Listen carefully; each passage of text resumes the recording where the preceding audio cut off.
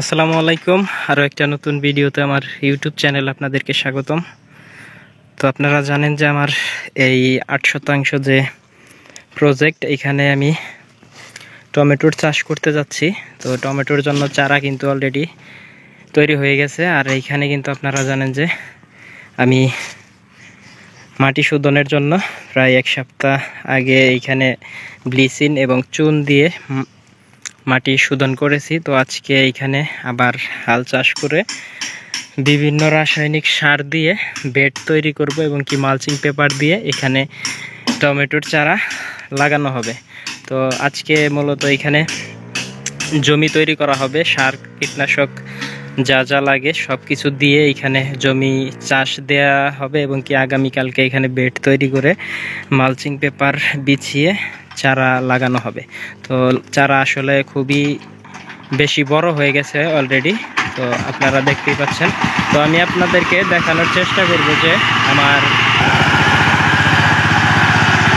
আমার এই প্রজেক্টে কি কি সার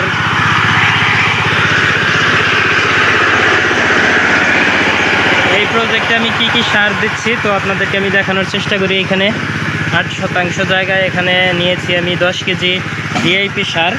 তো এখানে ডিআইপি সার আছে, আর এই যে এই পাশে অন্যান্য যে সার রাসায়নিক সবগুলো আছে। তো এইখানে আমি 80 কেজি জৈব সার দিয়ে দিচ্ছি। তো 80 কেজি জৈব সার এসিআই এর বাম্পার যে কম্পোস্ট আছে, টাইকো কম্পোস্ট, তো জৈব সার বলা হয় এটাকে। এখানে 80 কেজি জৈব সার এবং কি এখানে আমি দিয়ে দিচ্ছি 1 কেজি থিওবিট। তো 1 কেজি থিওবিট, তো গ্লোজিন দিচ্ছি 1 কেজি, এই যে গ্লোজিন যেটা অটো ক্রপ কেয়ারের গ্লোজিন যেটাকে বলে।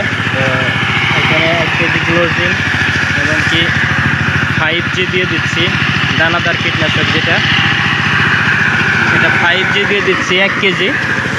এটার সাথে আমি দিয়ে দিচ্ছি বোরন, মাটিতে যে বোরনটা দেওয়া হয় 1 কেজি বোরন। এখানে আমি দিয়ে দিচ্ছি 1 কেজি হিউমি স্টার এসিআই কোম্পানির।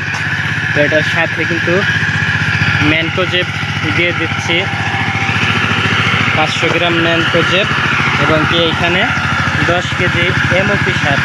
তো আসলে এইগুলা দিয়েই টমেটোর জমি তৈরি করছি মূলত আজকে। আর মাটিতে আসলে এইগুলা দিয়ে দেওয়ার কারণ একটাই, টমেটো গাছে কিন্তু রোগবালাই বেশি হয় এবং কি টমেটো চাষে কিন্তু খুবই খরচ। এই 8% জায়গায় কিন্তু আমার এখন পর্যন্ত প্রায় 10,000 টাকার উপরে খরচ হয়ে গেছে, শুধু মাটিতেই 10,000 টাকার মতো খরচ হয়ে গেছে।